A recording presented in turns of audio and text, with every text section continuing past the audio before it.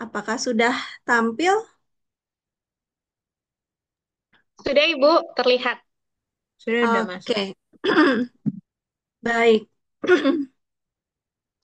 Nah, melanjutkan series yang sebelumnya ya, yang sudah disampaikan sama Mbak Okta, malam ini kita mau membahas mengenai psikotes ya sebagai identifikasi individu neurodivergent dan kita fokuskan pada malam hari ini kita batasi pada anak-anak neurodivergent prasekolah sebagai deteksi dini ya.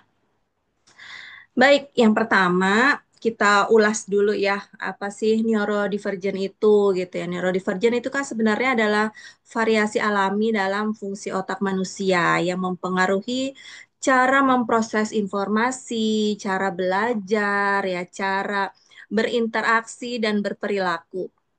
Jadi perbedaan neurologis ini adalah bagian alami dari keragaman manusia, sifatnya sangat alamiah. Tapi kenapa sih ada yang namanya neurodivergent disorders, padahal katanya kan alami gitu ya. Jadi biasa aja, wajar. Tapi kenapa ada neurodivergent disorders atau yang kita kenal dengan nama NDDs gitu ya. Kapan sih neurodivergent itu menjadi sebuah disorder gitu? Hal ini terjadi kalau kondisi klinis yang terdapat pada anak dengan neurodivergent itu berisiko mengganggu aktivitas sehari-hari dan menurunkan kualitas hidup si anak itu secara signifikan. Kondisi ini bisa berlanjut hingga dewasa. Bahkan pada kasus yang cenderung ringan, diagnosis mungkin baru dapat ditegakkan pada saat penderitanya beranjak dewasa. Beberapa waktu yang lalu kan di grup juga pernah ada yang sharing ya bahwa anaknya itu baru tegak diagnosisnya beranjak dewasa. Nah, ini bisa dikarenakan memang banyak hal karena kondisi anak yang juga selalu berubah-ubah, konteks pengkategorian juga berubah-ubah. Jadi banyak sekali faktornya yang membuat penderitanya itu didiagnosa tegaknya pada saat dewasa. Namun ada kita perlu pahami bahwa tidak semua kondisi neurodivergent itu memerlukan intervensi gitu ya.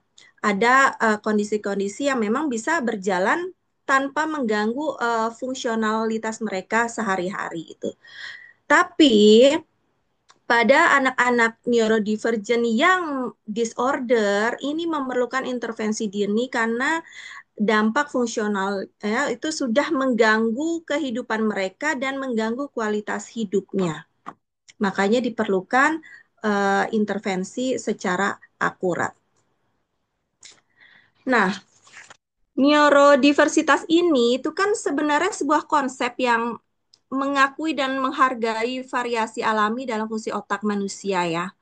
Berarti bahwa perbedaan neurologis itu seperti yang kita lihat pada anak dengan ASD, ADHD atau bukan disleksia, ini tidak lagi dipandang sebagai cacat atau penyakit yang perlu disembuhkan gitu ya, melainkan sebagai variasi normal dalam cara otak bekerja dan memproses informasi. Jadi konsep neurodiversitas ini sangat penting sekali gitu ya karena bisa menggeser cara pandang individu neurodivergent yang sebelumnya nih berfokus pada defisit atau kekurangan, sekarang dengan adanya pendekatan neurodiversitas mendorong adanya pemahaman, akomodasi dan pemanfaatan kekuatan dari anak-anak neurodivergent. Pergeseran paradigma ini penting ya karena uh, uh, juga membuat tujuan terapi ini akan berubah gitu ya. Kalau cara bekerja yang unik itu tidak lagi dipandang sebagai bug atau kerusakan sistem, tentunya tujuan terapi akan berubah, tidak lagi menjadi memperbaiki gitu ya, tetapi lebih menjadi memahami, mengakomodir, dan memaksimalkan potensi dari masing-masing neurodivergent. Nah, hal ini merupakan fundamental ya yang bisa digunakan untuk menyesuaikan strategi pembelajaran Yang dulu strategi pembelajaran itu hanya berfokus pada mengatasi tantangan atau kesulitan, tapi saat ini strategi pembelajaran selain mengatasi tantangan juga mengoptimalkan potensi yang ada. Nah, sebelumnya kita harus tahu dulu. Jadi kadang banyak orang tua tuh yang berdatang itu perlu nggak sih anak saya tuh dilakukan psikotes gitu ya. Perlu atau tidaknya itu tergantung ya, tergantung tujuan, tergantung kebutuhan. Nah, tujuan dan fungsi psikotes pada neurodivergent prasekolah ya, ini kita berbicara pada anak prasekolah. Karena pada anak prasekolah sebenarnya tuh tidak perlu kita melakukan tes IQ ya, kecuali ada indikasi-indikasi tertentu yang membutuhkan dilakukannya tes IQ pada anak prasekolah.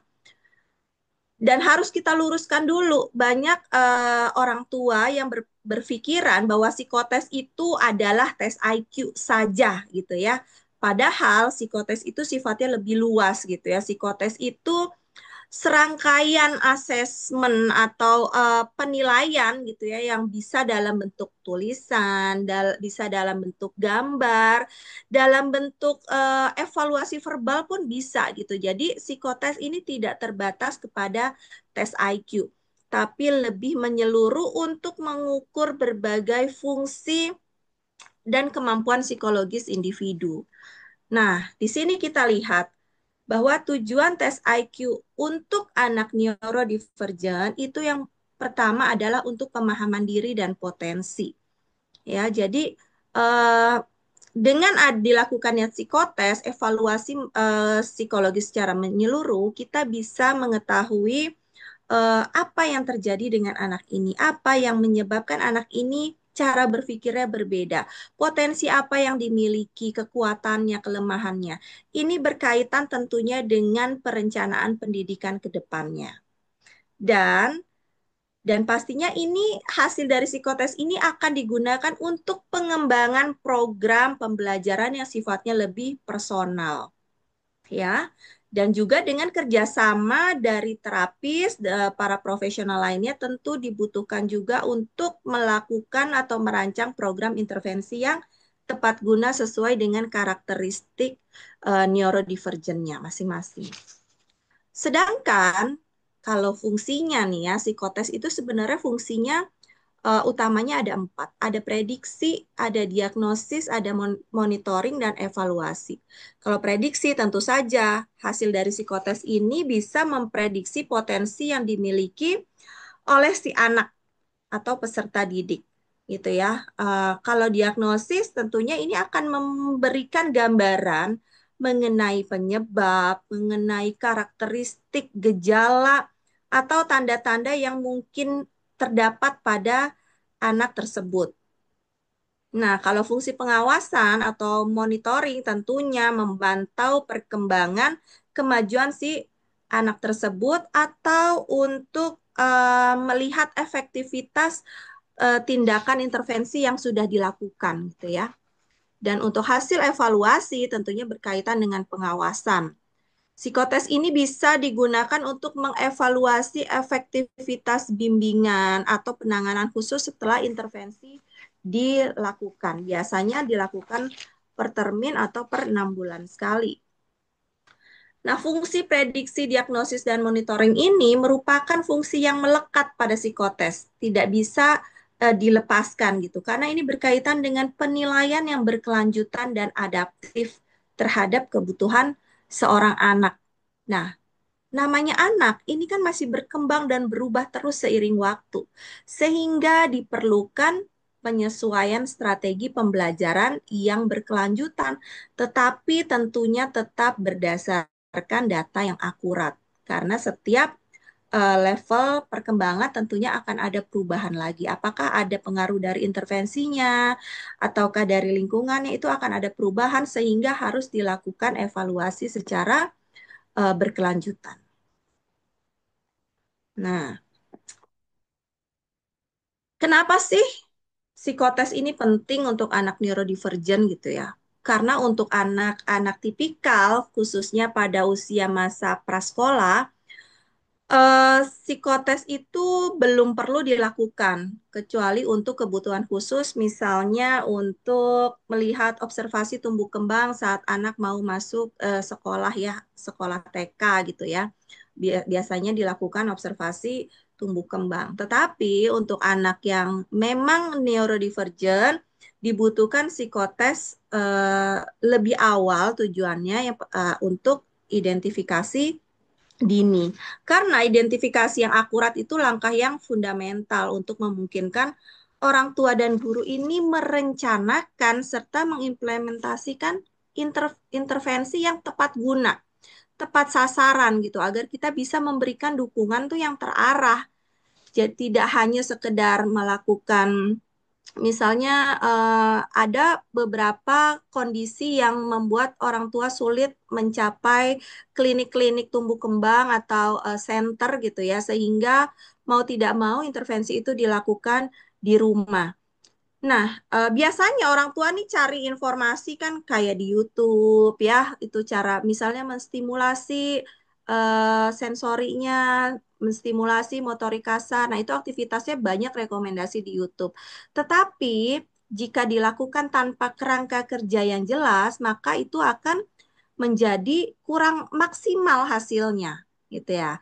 Nah, tujuannya psikotes ini adalah untuk memberikan kerangka kerja sehingga terdapat identifikasi yang digunakan untuk pemahaman, untuk kerangka yang efektif menyusun program-program ke depannya. Seperti itu.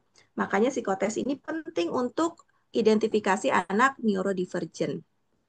Lalu kemudian, psikotes ini juga penting agar kita bisa mendapatkan gambaran secara menyeluruh ya.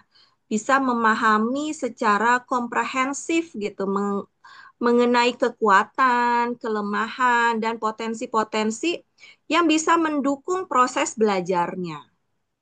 Nah, tentunya ini erat kaitan dengan pendekatan pembelajaran yang akan digunakan. Setelah kita memahami anak secara menyeluruh, kita juga dapat menyusun program yang sesuai dengan kebutuhan anak kita, sesuai dengan karakteristik neurodivergentnya. Karena karakteristik neurodivergent itu akan berbeda dari satu dan yang lainnya. Banyak yang orang eh, kurang beri atensi adalah bahwa psikotes ini juga penting untuk mendapatkan dukungan kesehatan mental. Kenapa sih gitu ya? Emangnya kenapa? Emangnya anak neurodivergent itu punya gangguan mental kah gitu kan? Pada dasarnya, neurodivergent ini bukan termasuk dalam kategori gangguan mental, tetapi ya kondisi neurodivergent ini seringkali memiliki resiko tinggi gitu ya. Resiko tinggi memiliki gangguan mental atau penyerta gitu, yang mengikutinya gitu. Jadi psikotes ini, evaluasi secara menyeluruh ini digunakan untuk memberikan dukungan yang tepat jika memang anak neurodivergent tersebut memiliki penyerta kesehatan mental. Banyak sekali gangguan mental yang bisa menyertai kondisi neurodivergensi seperti misalnya gangguan kecemasan ya, lalu depresi, lalu ada juga conduct disorder ya, ada juga kayak gangguan tidur, terus ada masalah regulasi emosi dan bahkan sampai self harm. Nah, anak dengan neurodivergent ini rentan sekali memiliki resiko jauh lebih tinggi mengalami kondisi-kondisi gangguan mental tersebut. Jadi, dengan adanya evaluasi yang tepat, penjabaran yang tepat, maka kita bisa menyediakan dukungan yang tepat juga untuk mendukung kesehatan mental si anak. Nah, yang tidak kalah pentingnya, diagnosis formal yang dihasilkan dari psikotes itu juga membuka pintu bagi si anak untuk mendapatkan hak-hak mereka terhadap layanan, dukungan, dan akomodasi yang diperlukan, ya, baik itu di sekolah maupun di lingkungan lainnya. Dan ini sesuai dengan undang-undang yang berlaku. Jadi, Seringkali hasil psikotes itu diminta dengan diberikan diagnosis yang jelas ya, secara formil ya. Karena dibutuhkan untuk pertama administrasi misalnya asuransi ya, untuk eh, penebusan reimburse ya, biaya asuransi, biaya terapi itu diperlukan namanya diagnosis dari profesional. Lalu bisa juga untuk pertimbangan mutasi orang tua. Ada juga yang meminta hasil evaluasi psikologi anaknya sebagai pertimbangan agar orang tua tidak dimutasi ke tempat yang jauh dari klinik-klinik tumbuh kembang agar anak bisa tetap mendapatkan intervensi yang tepat seperti itu ya. Jadi memang psikotes ini penting juga untuk layanan-layanan yang sifatnya administratif. Nah, ini ada beberapa manfaat psikotes bagi orang tua ya. Yang pertama memang pastinya adalah identifikasi dini kekuatan dan kelemahan. Jadi nanti dari psikotes kita bisa tahu apa saja kekuatan dan kelemahan. Misalnya kekuatannya ternyata oh, anak ini kreativitasnya baik sekali atau anak ini punya pemrosesan visual yang baik gitu ya. Dan juga kita juga bisa tahu nih area yang membutuhkan dukungan ini di mana aja. Misalnya area komunikasinya masih perlu didukung, fokusnya masih perlu diarahkan. Nah, ini orang tua bisa tahu dan bisa melakukan intervensi-intervensi yang diperlukan di rumah, ya. Jadi bisa dilakukan di rumah. Nah, yang kedua, psikotes juga seringkali menjabarkan mengenai gaya belajar gitu ya, minat, preferensi, dan bakat khusus dari si anak neurodivergent.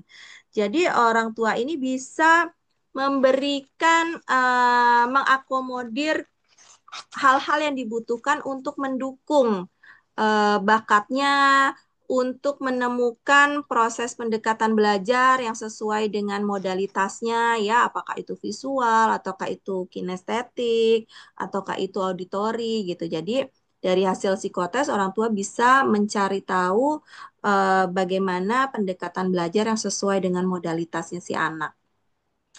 Dan juga orang tua bisa gini, dengan hasil psikotes, kita bisa memahami keunikan dan cara kerja anak kita ya. Anak kita si neurodivergent ini. Orang tua bisa mengembangkan empati apa yang dialami oleh anak, apa yang dirasakan kesulitan frustrasinya si anak, sehingga kita sebagai orang tua bisa membangun hubungan yang lebih kuat. Orang tua bisa lebih menghargai perbedaannya si anak, tidak membanding-bandingkan, dan bahkan bisa menstimulasi kepercayaan diri dan motivasi si anak. Ya, jadi dari hasil psikotes nanti bisa terlihat eh, gambaran atau profil si anak sehingga orang tua bisa melakukan pendekatan yang sifatnya personal. Pada anak tipikal aja tentunya pendekatan yang dilakukan oleh orang tua berbeda ya antara anak satu, anak dua, anak tiga, apalagi dengan anak-anak yang neurodivergent tentunya membutuhkan pendekatan yang spesifik agar bisa terjalin relasi yang baik antara anak dan orang tua. Lalu kemudian hasil dari psikotes yang sudah diterima oleh parent semua tentunya bisa dipakai sebagai panduan untuk intervensi dini yang tadi saya sudah jelaskan bahwa hasil psikotes itu sebagai kerangka kerjanya, kekuatannya yang di mana itu kita latih, kita kembangkan. Nah, yang kelemahannya di mana ini kita latih terus-menerus, kita lakukan pengulangan sampai anak ini tuntas bisa menyelesaikan, bisa mencapai targetnya. Seperti itu. Nah, yang terakhir nggak kalah penting, dengan memahami neurodivergensi sebagai variasi alami, gitu, dengan kita melihat profil si anak dari hasil psikotes ini, kita bisa apa ya, membantu menghilangkan stigma negatif gitu ya, bahwa cara kerja anak yang seperti ini itu bukanlah kekurangan gitu ya, bukan defisit. Jadi orang tua juga bisa menghilangkan stigma negatif terhadap si anak. Bahwa anak ini memang hanya berbeda gitu, tapi dia tidak berkekurangan ya, tidak cacat. Kalau dari zaman dulu itu dibilangnya adalah paradigmanya adalah cacat atau kekurangan. Sehingga tujuan intervensinya adalah memperbaiki. Namun paradigma saat ini sudah tidak lagi melihat, tapi sudah bergeser. Nah, kalau bagi guru, banyak sekali ya yang bisa didapat dari hasil psikotes gitu ya. Guru bisa menggunakan hasil psikotes untuk menyesuaikan metode dan strategi pembelajaran di kelas pastinya ya. Dengan memahami gaya belajar, preferensi, modalitas, dan kebutuhan si anak neurodivergent, nih guru pasti bisa menciptakan lingkungan yang lebih efektif ya. Dari membaca hasil tersebut, gurunya pasti bisa merancang lingkungan atau program yang jauh lebih bisa mendukung pembelajarannya si anak. Dan juga dari rangkaian tes psikologi yang dilakukan bisa membantu guru untuk mengidentifikasi kebutuhan, minat gitu ya secara spesifik sehingga berguna untuk merancang ya berkaitan dengan program pembelajaran individual yang sifatnya lebih personal gitu ya. Jadi hasilnya itu bisa digunakan untuk membuat rancangan pembelajaran yang tepat sesuai dengan karakteristik neurodivergensinya. Dan guru juga bisa melakukan pengelolaan kelas yang lebih baik setelah memahami karakteristik si siswa neurodivergent. Misalnya ada kecenderungan perilaku atau respon dalam situasi tertentu, maka bisa dilakukan modifikasi terhadap lingkungannya, seperti itu ya. Dan juga pastinya dengan hasil psikotes itu, guru bisa menjadi lebih sadar ya pastinya bahwa ada loh keberagaman neurologis di kelasnya gitu ya. Dan ini bisa mendorong para guru untuk lebih berpraktik secara inklusi ya yang lebih baik gitu. Di mana setiap anak akhirnya bisa merasa lebih diterima, lebih dihargai terlepas dari cara kerja otak mereka yang unik gitu. Namun perlu diingat bahwa hasil psikotes pada anak prasekolah ini ya harus ditindaklanjuti dengan bijaksana. Jadi saran-saran dari para profesional ini perlu diimplementasikan secara konsisten untuk pengembangan diri anak dan diperlukan evaluasi ulang ya sesuai dengan kebutuhan perkembangannya. Dan psikotes ini berfungsi sebagai peta jalan gitu ya yang terperinci untuk merancang rencana pendidikan yang secara personal gitu. Dan eh, psikotes ini lebih dari sekedar nilai IQ gitu ya. Ini adalah profil yang mendalam mengenai si anak dengan neurodivergensi yang dimilikinya gitu. Cara anak belajar, cara anak berinteraksi gitu ya. Dengan profil yang dimiliki dari hasil psikotes, diharapkan guru dan orang tua itu dapat bergerak dari pendekatan yang sifatnya umum ke intervensi yang ditargetkan sesuai dengan karakteristiknya masing-masing, sehingga bisa memaksimalkan efektivitas pembelajaran dan meminimalkan rasa frustrasi yang dialami oleh si anak. Nah, apa aja sih gitu ya yang terdeteksi nih dari psikotes pada anak neurodivergent khususnya anak-anak yang masih prasekolah. Nah, ini aspek-aspek yang nanti diungkapkan melalui hasil evaluasi psikologi. Yang pertama sudah pasti akan dijabarkan mengenai kecerdasan umumnya atau IQ. Nah, biasanya orang tua stop sampai di IQ aja yang dilihat gitu ya. Padahal masih banyak aspek lain yang jauh lebih penting pada anak prasekolah gitu selain IQ. Nah, IQ ini kan tentunya dijadikan sebagai eh, prediksi gitu ya, atau tolak ukur kemampuan kognitif dasarnya si anak. Karena di dalamnya mencakup ada penalaran gitu ya, kemampuan numerik, figura, logika, dan sebagainya. Ini bisa memberikan gambaran potensi dasar anak dalam menyelesaikan masalah. Tetapi psikotes, apalagi pada anak prasekolah, tidak terbatas hanya pada skor IQ ya. Banyak aspek lain ya, parents, yang jauh lebih penting bisa kita peroleh dari hasil psikotes itu. Nah, kita bisa melihat koordinasi sensomotoriknya. Bagaimana nih penilaian terhadap kemampuan motorik halusnya misalnya, menggambarnya, memegang pensilnya, atau bahkan sesederhana anak itu makan dengan menggunakan sendok gitu ya.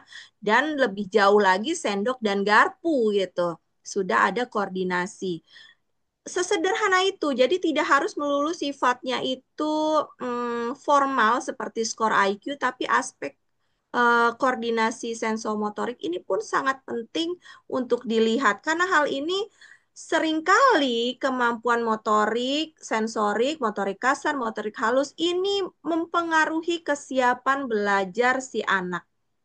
Seperti kemampuan menulis atau bahkan kemampuan duduk tenang, fokus mengembangkan joint attention. Ini sangat diperlukan dalam pembelajaran, gitu ya. Jadi kita perlu melihat bagaimana perkembangan koordinasi sensomotoriknya si anak kita. Sudah siapkah dia untuk bersekolah gitu atau belum gitu. Jadi kita bisa membuat perencanaan apakah kita mau mulai masukin anak sekolah ataukah kita mau fokus terapi, semua nanti bisa kita evaluasi dari hasil psikotes yang keluar gitu. Lalu kita juga bisa melihat kemampuan bicara dan bahasanya. Ini adalah dua kemampuan yang berkaitan, yang mendukung, namun memiliki pusat kerja yang berbeda. Kemampuan bicara itu di area Broca, sedangkan bahasa ada di area Wernicke. Jadi seseorang tidak hanya dituntut untuk bisa bicara, namun harus bisa berbahasa, karena dalam komunikasi diperlukan yang namanya bahasa.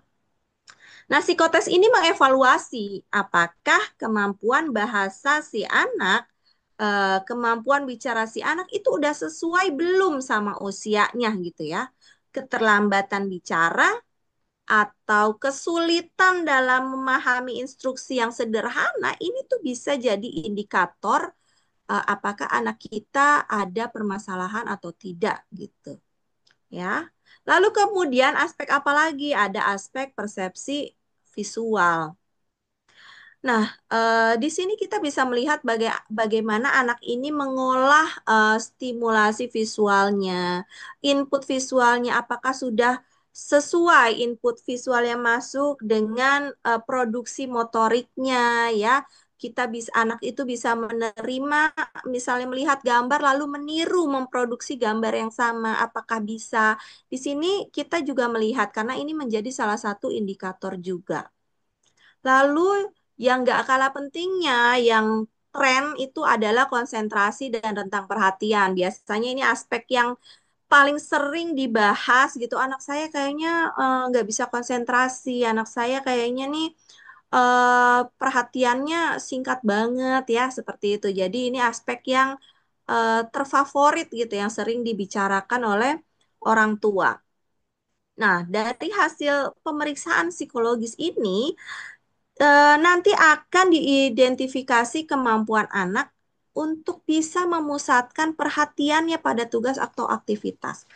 Sering banyak kasus itu, misalnya pada ADHD gitu ya, orang tuanya bilangnya gini, anak saya bisa kok dia fokus main atau mengerjakan puzzle-nya sampai selesai waktu yang lama, panjang. Kenapa anak saya bisa dimasukkan ke dalam ADHD? Nah, hanya saja yang mungkin kurang disadari bahwa iya benar, anak bisa fokus, anak bisa konsentrasi pada kegiatan atau aktivitas yang diminati gitu loh. Tetapi, Bu,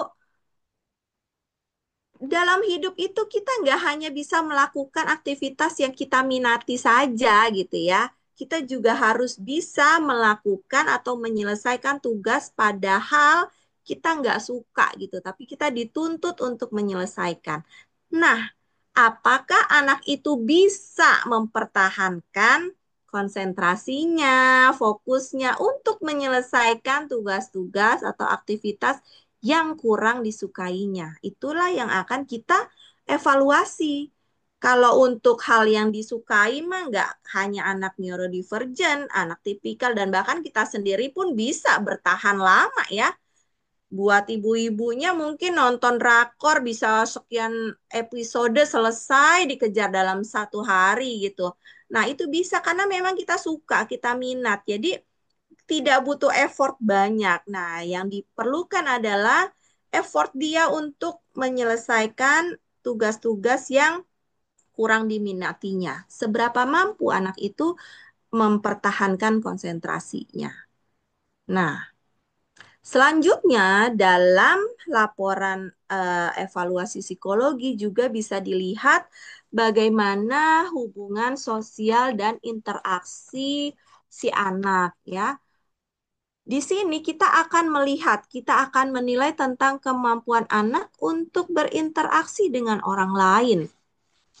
Bagaimana dia mau berbagi, bagaimana dia mau bermain dengan teman sebaya, dan bahkan merespon isyarat sosial. Nah, aspek ini nih biasanya pada anak ASD ini sangat terdampak sekali ya. Tidak memiliki minat terhadap teman sebayanya, tidak bisa menangkap isyarat ekspresi sosial seperti itu. Jadi, aspek ini biasanya terdampak sekali pada neurodivergensi ASD gitu. Lalu, kita juga bisa melihat bagaimana kematangan emosinya, bagaimana anak mengekspresikan emosinya, mengelola rasa frustrasi ya yang dirasakannya, dan apakah ekspresi emosinya itu sudah sesuai dengan situasi, adekuat atau tidak. Dia menangis memang saat dia sedih, saat dia terluka, merasakan sakit, dia bisa menangis, atau dia bisa tersenyum, tertawa saat memang ada yang lucu, atau tidak. Nah, pada anak-anak ASD, biasanya ekspresi emosi juga belum adekuat. Anak masih sering tertawa, ya, padahal eh, konteksnya tidak ada sesuatu yang lucu atau tiba-tiba menangis gitu. Jadi ekspresi emosinya tidak sesuai dengan konteks yang sedang berjalan pada saat itu. Nah, dari hasil psikotes selanjutnya kita juga bisa melihat apakah perilaku adaptif praktisnya ini sudah sesuai dengan usianya atau belum.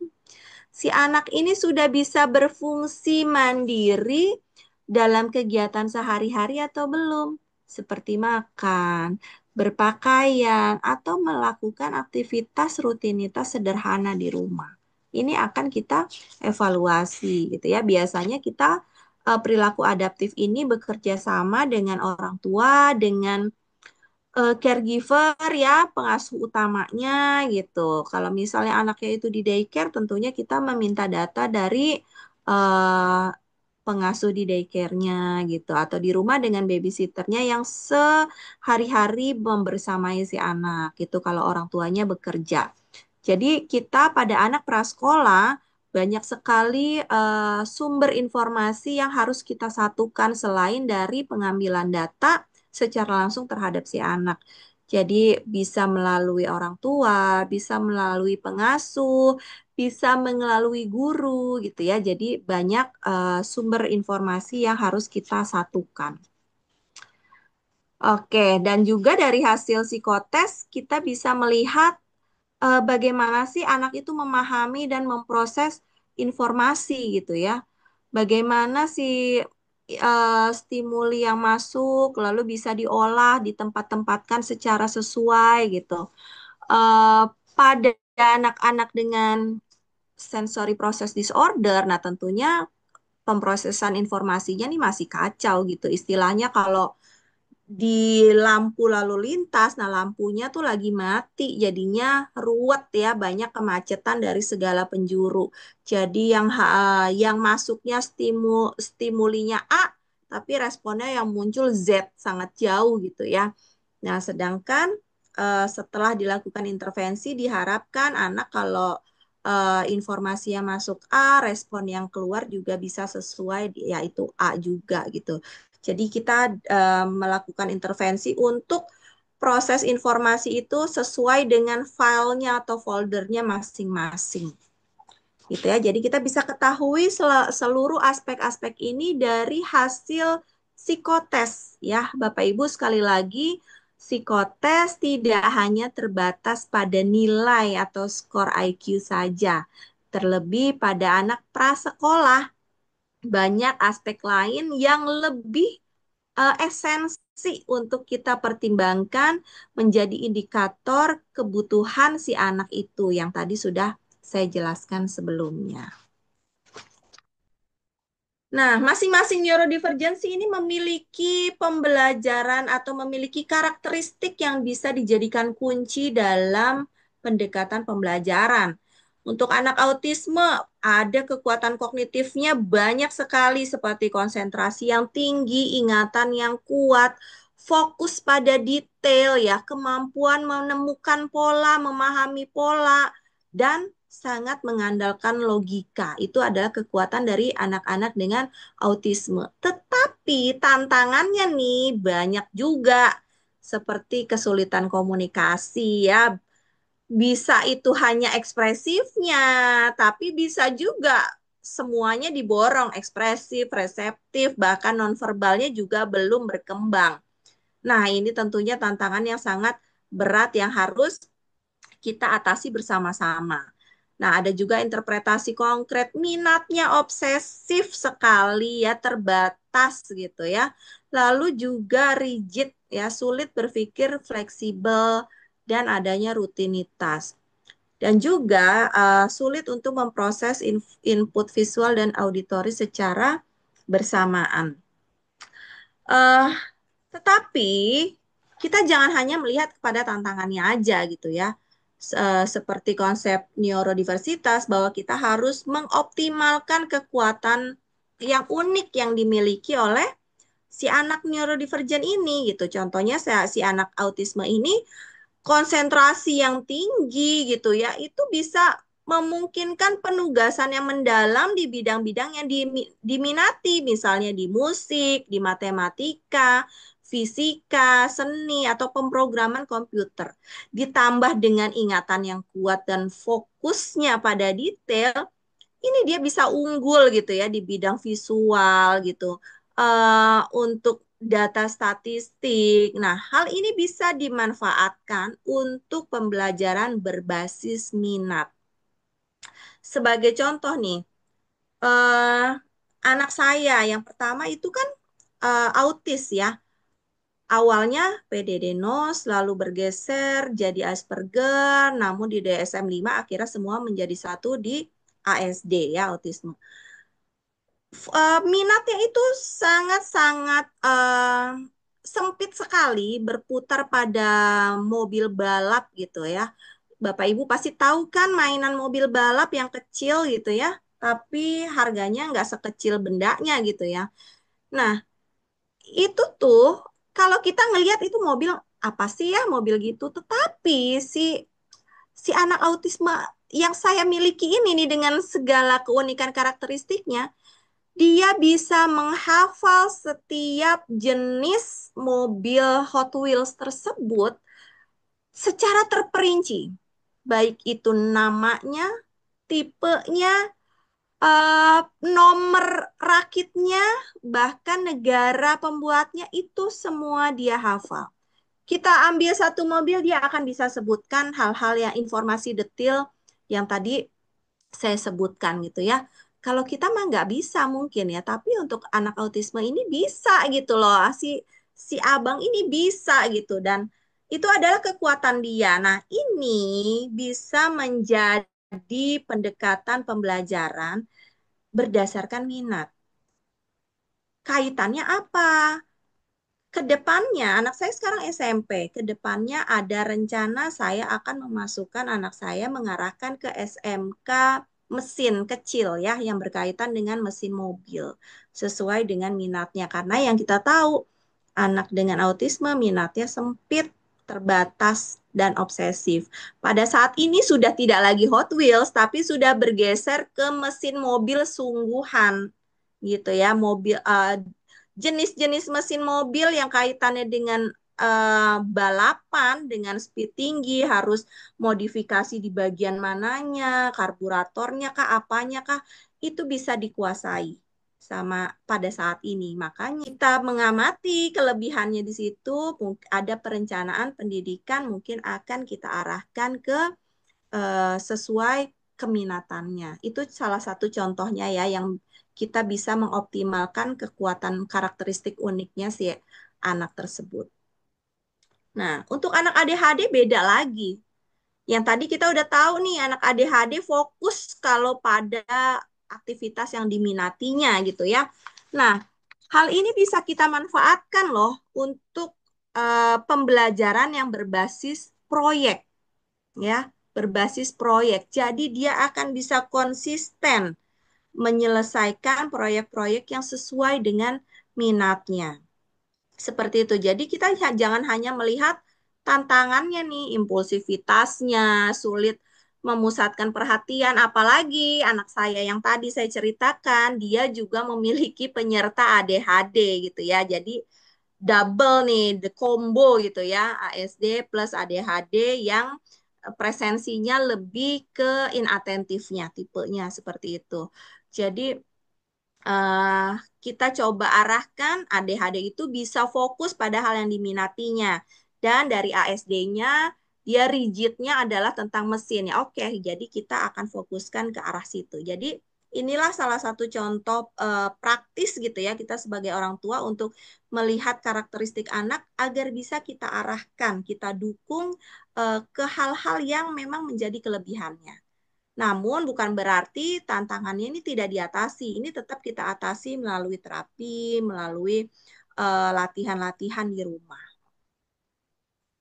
Nah, ini adalah untuk anak disleksia. Pada malam ini saya akan hanya membahas tiga jenis neurodivergensi ya, secara umum aja yang sering kita temui, ASD, ADHD, dan disleksia. Memang disleksia secara eh, formalnya bisa ditegakkan di usia minimal 7 tahun gitu ya. Tetapi seringkali perilakunya ya gejala-gejalanya ini sudah terlihat di usia dini. Jadi lebih baik diatasi dengan lebih dini sehingga saat dia masuk sekolah dasar dia sudah lebih siap gitu, tidak terlalu jauh mengejarnya lagi.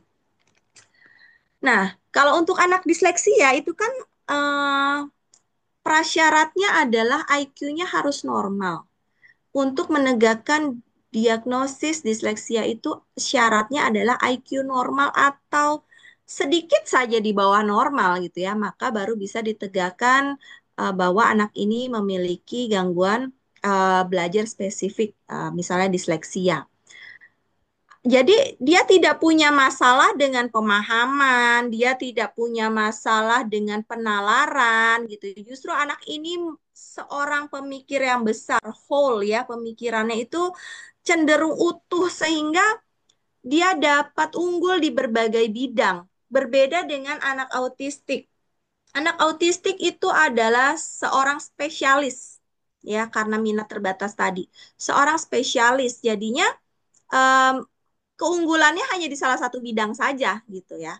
Anak saya dia bisa mendapat medali perunggu di OSN tingkat nasional dalam bidang IPA, tetapi pada saat kelulusan kelas 6 dia tidak bisa menjadi siswa terbaik, nilai terbaik. Karena apa? Karena sudah general kalau terbaik ya. Sedangkan kalau autistik sifatnya spesialis. Sedangkan disleksia masih bisa mengembangkan potensinya secara general. Nah, ini ada beberapa strategi spesifik ya Bu Ibu yang anaknya ada ASD, kita bisa mendampingi belajar menggunakan visualisasi benda, gambar. Instruksinya harus pendek dan jelas dan tugasnya dipecah kecil-kecil saja. lalu naik bertahap kalau sudah dikuasai. Dan berikan asosiasi dengan hal-hal yang konkret karena seringkali mereka kesulitan dengan pemikiran yang abstrak. Dan juga bisa digunakan dengan pendekatan multisensori karena memang anak autisme harus banyak stimulasi sensorinya. Dan juga bisa mengadopsi pendekatan Montessori yang menstimulasi kemandirian dan kemampuan motorik sensorik anak. Untuk anak ADHD, yang pasti kita harus bikin rutinitas dan struktur harian yang konsisten. Karena ADHD kan kemana-mana, nah kita harus bikin kerangkanya nih. Dan libatkan anak dalam olahraga atau aktivitas fisik yang terstruktur yang perlu digarisbawahi ya Bapak Ibu. Ada orang tua yang bilang gini, anak saya udah rutin kok berenang seminggu 3 kali gitu. Terus saya tanya udah bisa gaya apa Bu? Belum gaya sih ya tapi renang aja gitu saya bawa ke kolam renang. Sedangkan yang seharusnya adalah anak ini melakukan olahraga dengan gerakan yang sebenar-benarnya. Berenang dengan gaya bebas, gaya dada. Jadi disarankan untuk les renang gitu. Jadi benar bukan hanya sekedar main air sehingga stimulasinya lebih efektif. Dan pada anak ADHD Bu di rumah jangan lupa tetapkan batasan dan aturan yang jelas ya. Konsekuensinya harus konsisten, baik itu untuk perilaku yang diharapkan maupun yang tidak diharapkan. Jadi jangan saat ini kasih konsekuensi, besok nggak dapat konsekuensi, nanti dikasih lagi. Nah ini anak menjadi bingung, ya. Jadi tidak eh, apa yang harus dilakukan, yang benar, yang mana yang seharusnya itu anak akan bingung. Dan pada anak ADHD di rumah Bu kasih pembelajarannya berbasis aktivitas fisik karena mereka biasanya belajar dengan modalitas kinestetik ya, banyak gerak. Bisa juga dengan media digital, dengan virtual learn ya, ada sekarang media digital yang dirancang khusus untuk anak ADHD, namun lebih jauh dengan virtual learn ini, tapi saya sudah beberapa kali mendengarnya bahwa ini dirancang khusus untuk anak ADHD gitu, spesial untuk anak ADHD, mungkin menyesuaikan dengan karakteristik anak ADHD. Dan yang sering sekali kita lupa itu adalah jalin komunikasi yang terbuka ya dan jadi pendengar yang baik. Tapi saya salut ya di grup itu sudah banyak orang tua yang mau mendengarkan, mau memahami si anak itu dengan lebih menyeluruh karena seringkali anak dengan neurodivergent memiliki eh, hambatan dalam mengekspresikan emosinya dan ini bisa memberikan situasi kesehatan mental yang kurang baik gitu ya. Dengan kita orang tua menjadi pendengar yang baik, mengajarkan anak untuk mengungkapkan dirinya, apa yang dirasakan, nah ini mungkin bisa membantu si anak untuk mengurangi rasa-rasa frustrasi yang dialaminya. Nah, kalau disleksia nih banyak ya bisa karena disleksia kan nggak punya masalah di pemahaman ya Pak Bu. Jadi kita bisa lebih nyaman dalam berkomunikasi, lebih mudah. Hanya saja memang agak kesulitan mereka ini untuk menafsirkan gitu ya bahasa yang didengarkannya menjadi tulisan atau huruf gitu. Nah, di rumah kita bisa apa? Kita bisa lakukan pendekatan multisensori ya, banyak. Jadi memberikan mengenalkan huruf dengan tekstur, dengan warna, dengan suara itu bisa. Kita gunakan semua modalitas yang kita miliki. Lalu jangan lupa ulangi instruksi atau kata kunci harus konsisten diulang setiap harinya. Karena seringkali anak dengan disleksia ini memiliki memori jangka pendek yang eh, kurang baik gitu ya, kurang berkembang optimal. Jadi mudah sekali lupa dan juga banyak sekali anak disleksia yang memiliki penyerta gangguan konsentrasi juga gitu ya. Jadi kita harus konsisten mengulangi, mengulangi, dan mengulangi. Dan sebaiknya kita juga punya toleransi memberikan waktu yang lebih lama untuk menyelesaikan tugas, khususnya adalah tugas-tugas yang berkaitan dengan baca, tulis, dan hitung ya, karena disleksia kan sifatnya spesifik.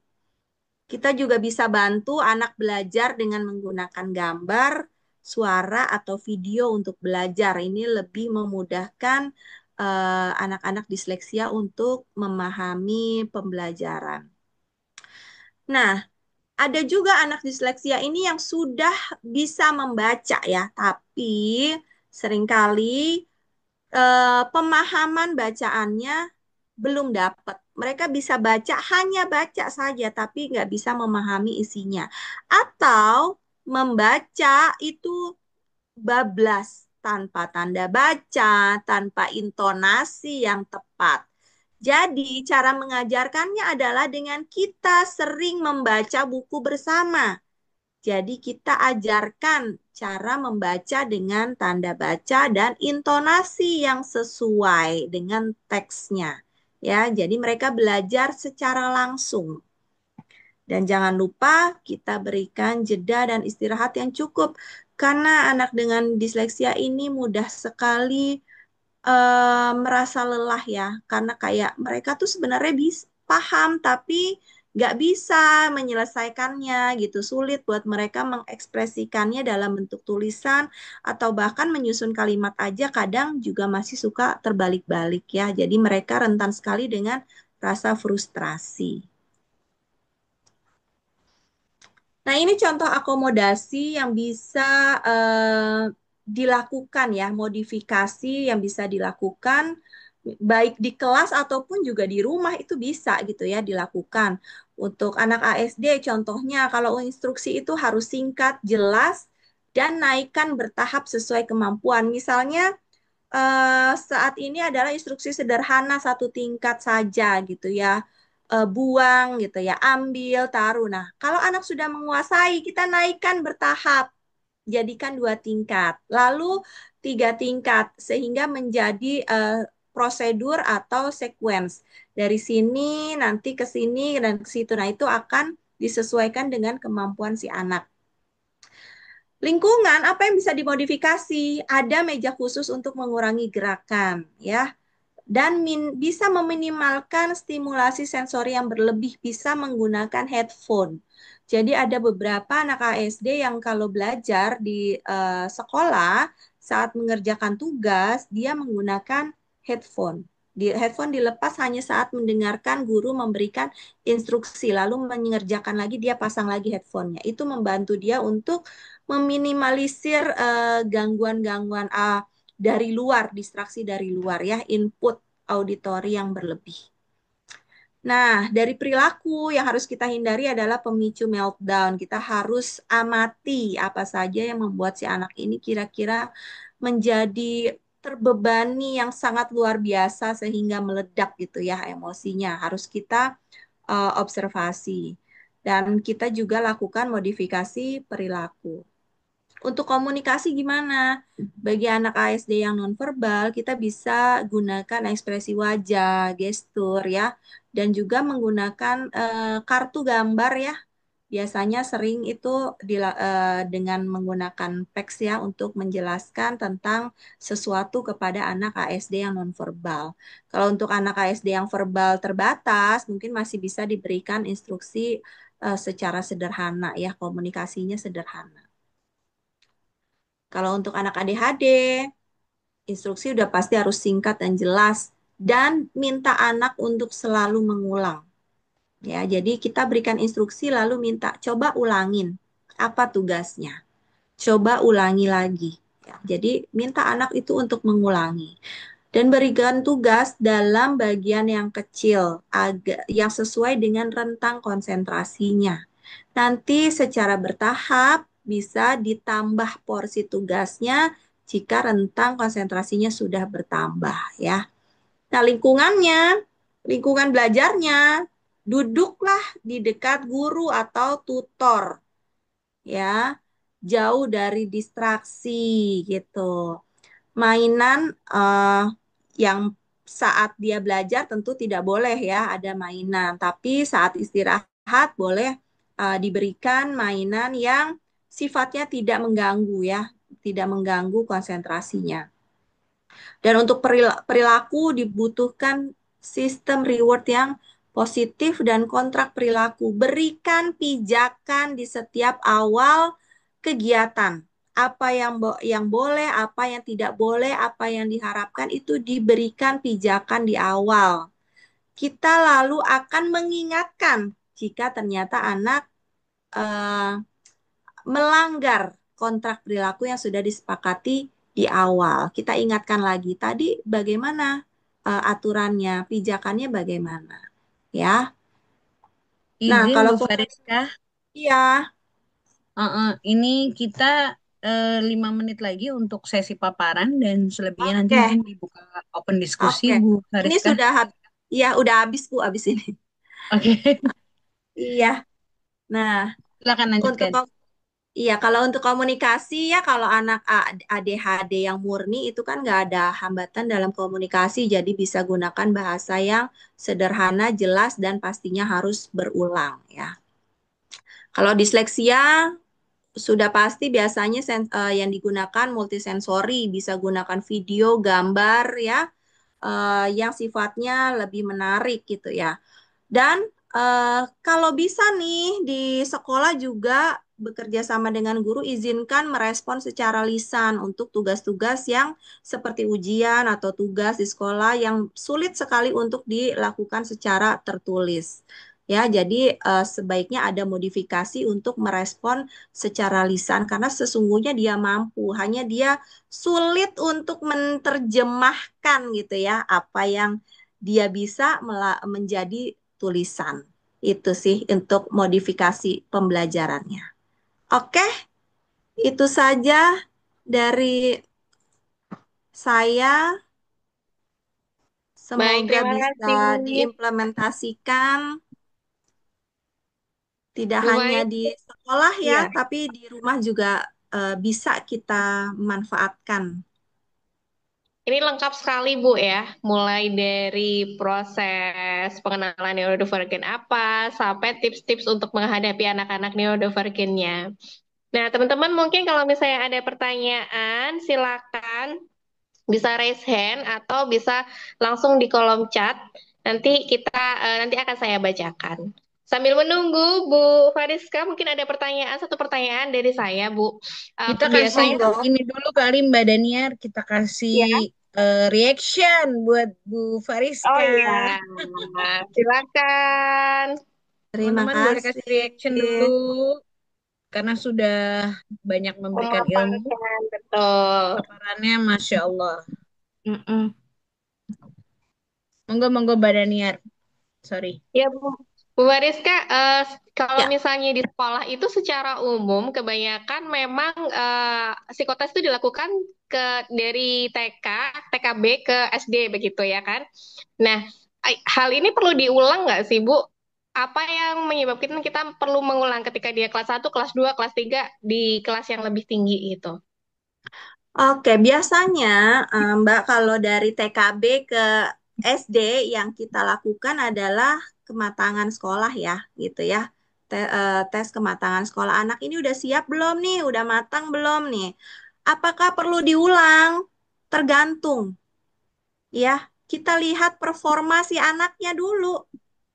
Misalnya, kan biasanya kalau di sekolah itu bagi rapotnya 4 kali ya sekarang ya ada tengah semester, akhir semester, lalu juga tengah semester, akhir semester. Nah, biasanya kan ada evaluasi di situ. Kalau memang ada indikasi kesulitan menyesuaikan diri, kesulitan belajar, mengikuti pembelajaran, kesulitan memahami instruksi, bisa dilakukan evaluasi lebih dalam lagi gitu loh, Mbak, berdasarkan hasil kematangan sekolah yang di awal. Jadi kita Oke, evaluasi secara mendalam lagi. baik. Berarti Jadi tergantung sesuai kondisi anaknya, kebutuhan. ya, Bu. Betul, Baik. sesuai kebutuhan. Bu Fariska, saya Ya. Mbak bacakan ada Daniar, satu. sudah Iya, ada pertanyaan di kolom chat dari Bu oke, Via Purwakarta. betul. Oke. Assalamualaikum. Anak saya terdiagnosa disleksia, sudah 2 tahun terapi, tahun lalu sudah melakukan psikotes sebagai syarat masuk TK, hasil IQ-nya adalah rata-rata. Terapisnya sedikit nggak percaya karena seharusnya bisa di atas rata-rata. Yang mau ditanyakan, satu, apakah hasil psikotes mungkin bisa meleset dan kurang akurat karena bersamaan dengan anak yang lain. Jadi tes IQ-nya berkelompok gitu ya. Yang kedua, Iya. apakah ada media media atau metode yang digunakan, apakah media atau metode yang digunakan berpengaruh pada hasil psikotesnya? Yang ketiga, apakah hasil psikotes bisa berubah? Ada tiga Oke. pertanyaan ini, rombongan Oke. pertanyaan. Borongan ya. Oke. IQ-nya rata-rata memang pasti ya minimal rata-rata kalau disleksia ya kan tadi yang saya bilang nggak boleh di bawah itu. Kalaupun di bawah hanya sedikit gitu. Eh tapi kayaknya kok bisa ya anaknya mungkin nggak sih ada yang salah? Kalau salah atau enggak bukan masalah salah atau enggaknya sih sebenarnya, tetapi pada kondisi pada saat pengambilannya, intake-nya ya kondisi si anaknya bagaimana? Sudah sarapan belum gitu ya? Anaknya moodnya lagi bagus enggak gitu? Atau kondisi lingkungannya seperti tadi dibilang tesnya secara klasikal gitu ya. Apalagi anak dengan kesulitan disleksia yang klasikal biasanya juga akan mengalami kesulitan. Jenis tesnya apa? Kalau jenis tesnya banyak yang berkaitan dengan bacaan, teks, dan tentunya udah pasti akan mempengaruhi skor dong, ya kan? Makanya biasanya kita sesuaikan kalau kita mau tes IQ yang lebih efektif, lebih akurat, kita sesuaikan dengan kondisi si anaknya. Kalau dilakukannya secara klasikal, memang formalitas dari sekolah ya memang kita nggak bisa berbuat apa-apa apa-apa lagi ya. Memang itu adalah yang sudah berjalan dari sekolah. Kalau memang mau tahu lebih banyak, bisa melakukan tes ulang. Tes ulang dengan anak yang kondisi disleksia, tentunya psikolognya pun akan menyesuaikan alat tes apa nih yang lebih sesuai dengan kondisi si anak yang mungkin dengan kondisi disleksia akan sulit untuk alat-alat tes yang menggunakan eh, apa namanya teks ya, kalimat gitu. Kadang menyusun kalimat aja anak-anak disleksia kan juga kesulitan gitu ya. Problem. Masih kelibet-libet kalau ngomongkan anak disleksia. Nah, itu kan juga mempengaruhi skor. Apalagi kalau yang dilakukannya secara klasikal. Tentunya akan sangat mempengaruhi gitu. Terus apalagi hmm, tools, iya Apakah tadi, bisa ya, toolsnya atau metodenya? iya itu tadi sudah jelaskan bahwa memang alat tes yang digunakan, tes IQ kan banyak ya. Jadi kita bisa menyesuaikan dengan kebutuhannya si anak gitu. Tentunya kita harus sesuaikan untuk mendapatkan hasil yang lebih akurat gitu, ya, lebih presisi. Apakah Ba- hasil tes psikotes bisa berubah gitu? Psikotes bisa berubah, tetapi biasanya nggak bisa berubah kategori ya.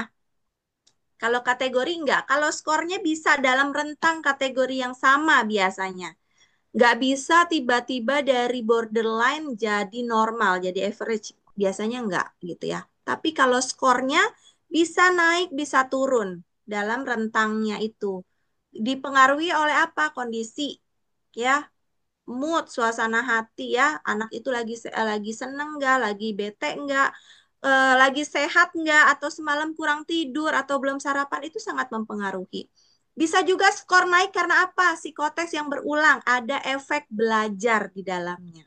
Sudah pernah nih, ya, jadi dia sudah lebih mampu menjawabnya, ya. Itu tandanya ada efek belajar.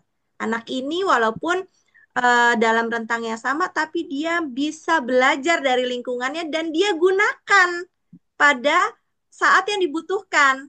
Nah, itu kan menjadi catatan tersendiri buat kita gitu ya. Jadi anak ini bisa belajar. Ada juga anak yang begitu-begitu aja walaupun tes itu sudah secara rutin dilakukan berulang tapi nggak ada efek pembelajarannya. Ada Bu yang seperti itu. Ya, Iya, jadi kita itu catatan kita bahwa tidak ada efek belajar. Anak itu tidak belajar dari pengalamannya. Seperti itu, Bu. Kalau terkait Mbak minat, Daniar, ada Iya. ya, ya. dua pertanyaan dengan raise hand. Oke, Oh iya, monggo. oke. Mungkin Bu Fariska boleh sambil minum. Bu Fariska ada minum nggak deket Oke, situ? ada dong. Mungkin Baik, silakan Mbak Daniar, ada dari Bu Ita. Bu Ita dulu Mbak Daniar. Bu Ita dulu, Bu Ita. Ya, terima Oke. kasih. Mohon maaf ini saya suaminya. Waduh, bapak-bapak saya kaget. Suaminya Bu Ita. Maaf, Bapak, semangat sekali ya izinkan Pak. saya menyampaikan kondisi anak dulu Saya sebentar, nggih. izinkan Pak. Oke. Anak saya usianya hampir 5 tahun, Mm-mm. menunjukkan keunggulan kognitif dan spasial di atas rata-rata ya, melebihi usianya. Fokusnya bagus, pada minatnya saja. Tulisannya rapi, bisa membaca dengan menunjuk pada saat usia dini sebelum 3 tahun tanpa diajari. Tapi anak saya mengalami late talker dan mulai wicara di usia 3 tahun 10 bulan. Setelahnya juga pernah mengalami selektif multisem dan kecemasan sosial. Dan anak saya juga memiliki profil sensori avoidan dan hypersensitif. Jadi sejujurnya kondisi anak saya seperti tumpang tindih dan belum jelas. Karena Mm-mm. punya keunikan kognitif mirip ASD, minat yang spesifik, konsentrasi tinggi, dan pintar. Pernah juga tes BIRI VMI, persentilnya 99,98%. Saat ini anak saya masih fokus terapi ABA dan okupasi. Pertanyaannya, psikotes seperti apa yang bisa menangkap potensi sekaligus tantangannya secara menyeluruh? Jadi kami itu harus mulai tes yang bagaimana, minta sarannya. Terima kasih. Baik, Bapak. Ah, ah. Ini kalau dari saya ya Pak, dengan melihat hasil data yang sudah Bapak jelaskan sedemikian komplitnya, kalau buat saya pribadi sih eh, gimana ya, tidak belum diperlukan lagi gitu loh ya, dilakukan psikotes hanya untuk mencari kondisi seperti apa sih sebenarnya, karena kan yang namanya NDDs ini kan tumpang tindih ya, gitu ya. Tumpang tindih seperti yang tadi Bapak bilang, gejalanya kayaknya mirip ASD ya, dengan hiperfokusnya, sangat pintar, bisa. Dan juga ada kemampuan membaca di usia dini yang luar biasa, yaitu kan juga ada suatu indikator. Nah, kalau untuk dari saya pribadi, saya kalau pernah saya juga bertemu dengan anak yang seperti ini ya, yang punya kondisi tumpang tindih seperti ini, eh, saya lebih berpesan kepada orang tuanya itu adalah fokus pada kebutuhan, ya. Fokus pada kebutuhan saat ini yang tampak si anak tuh apa, itulah yang kita intervensi dulu. Karena eh, yang namanya untuk psikotes yang Bapak lakukan itu tuh udah masuk psikotes semua, Pak, gitu ya. Psikotes macam-macam termasuk VMI di dalamnya itu tuh udah psikotes. Jadi saya rasa tidak dibutuhkan dulu lagi ya untuk saat ini gitu loh. Lebih baik kita berfokus kepada apa hasil yang sudah ada, kekurangannya itu kita dukung, ya, kita kembangkan lagi. Nah, kelebihannya ini yang kita pertahankan gitu. Jadi kita lebih baik fokus kepada hasil yang sudah ada daripada kita mencari-cari terus gitu ya. Kalau dari saya pribadi lebih seperti itu, Pak. Jadi memang baiknya kita eh, kadang ada ya, Bu. Saya pernah juga bertemu dengan seorang ibu yang eh, jadinya anak ini dibawa ke sini, anak itu dibawa ke sini terus. Jadi kayak jajan psikolog ya, orang bilangnya tuh seperti itu ya. Jajan untuk terapis, pindah-pindah terapi, anak baru 3 bulan terapi, pindah lagi, cari lagi, pindah lagi. Nah, sebenarnya jadinya kan kalau untuk anak, anak ini belum bisa merasakan program yang utuh gitu loh. Ya, anak ini belum bisa mendapatkan program yang utuh karena nggak bisa hanya dengan 1 termin, bahkan 2 termin aja kadang kurang gitu ya. Dibutuhkan waktu panjang, udah berkelanjutan untuk memenuhi kebutuhan si anak ini gitu. Jadi kita sebagai orang tua, dan saya pun pernah berada dalam kondisi itu, kita sebaiknya sih kalau sudah kita dapat gambarannya, sudah melakukan berbagai macam psikotes, tadi kayak VMI-nya juga luar biasa gitu ya. ya saatnya lah kita sudah berfokus pada itu aja dulu gitu. Nah, kita mulai apa yang bisa kita olah nih dengan hasil ini gitu ya. Hasil yang sudah ada, apa yang bisa kita olah. Kita eh, dengan nggak perlu lagi mencari gambaran yang menyeluruh, ada apa sih dengan anak saya gitu ya. Anak saya sebenarnya kondisinya apa sih gitu. Memang kita pasti pengen tahu gitu, tetapi ada hal-hal yang sulit gitu Pak untuk dijadikan satu gambaran secara keseluruhan. Mungkin saja memerlukan tidak hanya melalui psikotes, tapi membutuhkan kondisi medis penunjang lainnya gitu ya. Karena di dalam DSM pun ada kondisi yang disebabkan dengan oleh kondisi medis. Nah itu kan terlepas kita nggak bisa otak-atik gitu ya, Bu. Itu di luar memang kebijakan kita sebagai psikolog bahwa ada kondisi-kondisi yang memang dipengaruhi secara medikal ya. Kalau dulu di DSM 4 adanya di aksis 3 masuknya gitu ya. Tapi sekarang kan sudah tidak beraksis ya yang di DSM 5. Jadi memang ada kondisi-kondisi neurodivergent yang induce ya, yang diinduce oleh kondisi medis seperti misalnya mungkin ada cedera otak kah, ada yang mungkin membutuhkan MRI lebih lanjut untuk mengetahui bagaimana gambaran otaknya sehingga yang tampil nih perilaku yang tampil seperti yang Bapak bisa lihat dari hasil pemeriksaan evaluasi psikologi si anak itu yang Bapak bilang tadi VMI-nya memang sangat tinggi gitu ya persentilnya seperti itu Pak.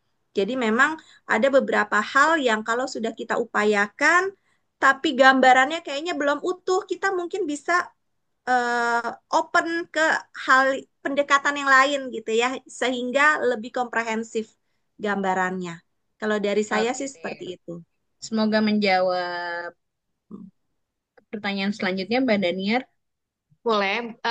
Teman-teman, Bu Fariska, kita sampai dua pertanyaan lagi, Bu ya. Setelah itu mungkin Karena sepertinya sudah sudah bisa. pukul Ya, 21, betul. hampir Ya, Ini 21. saya akan pilih yang berkaitan dengan Tapi materi masih kita ada hari yang ini. ada yang masih raise hand, Mbak Daniar. Oh ya, boleh. Kita raise hand aja kalau gitu ya. Satu raise hand dengan Bu siapa ya? Bu Namira. Bu Namira.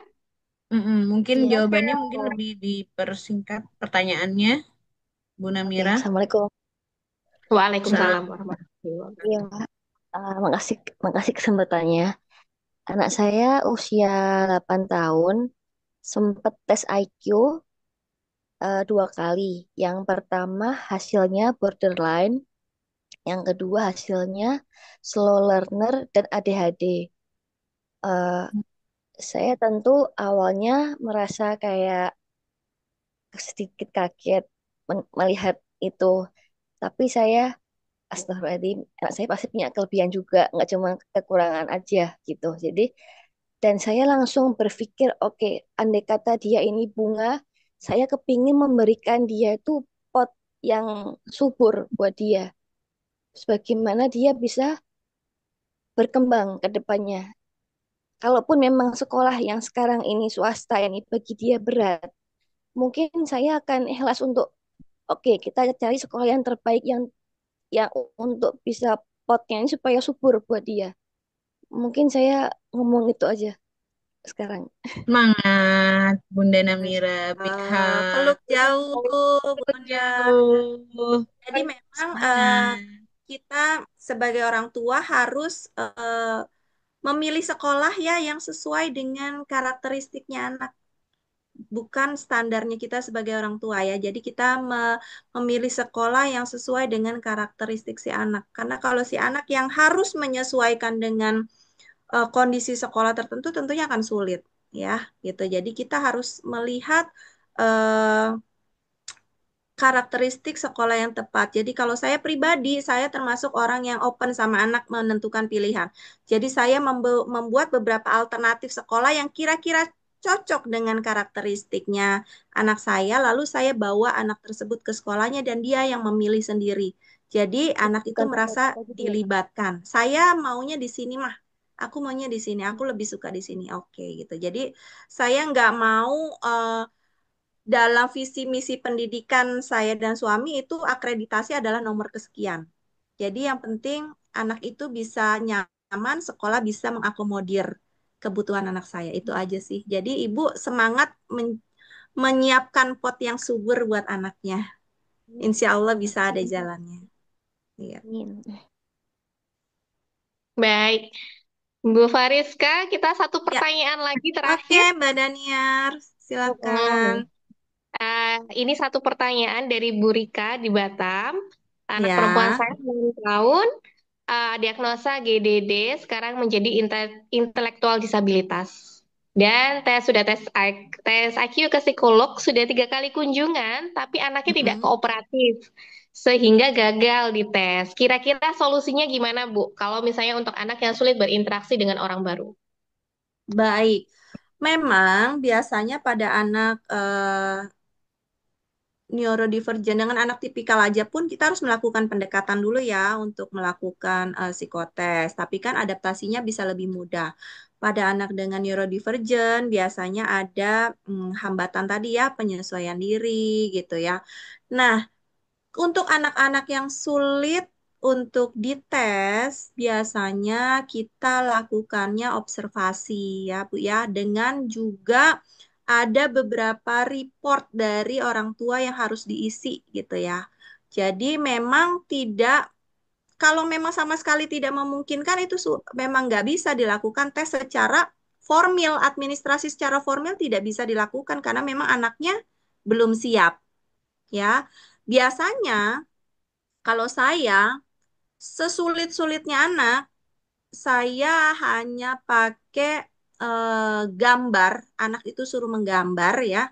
Menggambar saja dan di-scoring dengan menggunakan good enough gitu ya. Jadi untuk mendapatkan IQ-nya pakai metodenya good enough itu yang sepaling mudah-mudahnya anak suruh menggambar gitu ya, menggambar orang gitu. Apalagi usianya sudah 6 tahun biasanya bisa. Makanya itu yang saya bilang namanya psikotes itu kan banyak itu caranya. Jadi bisa secara tertulis, bisa dengan proyeksi ya melalui gambar, melalui kartu gitu. Itu bisa Bu dan banyak.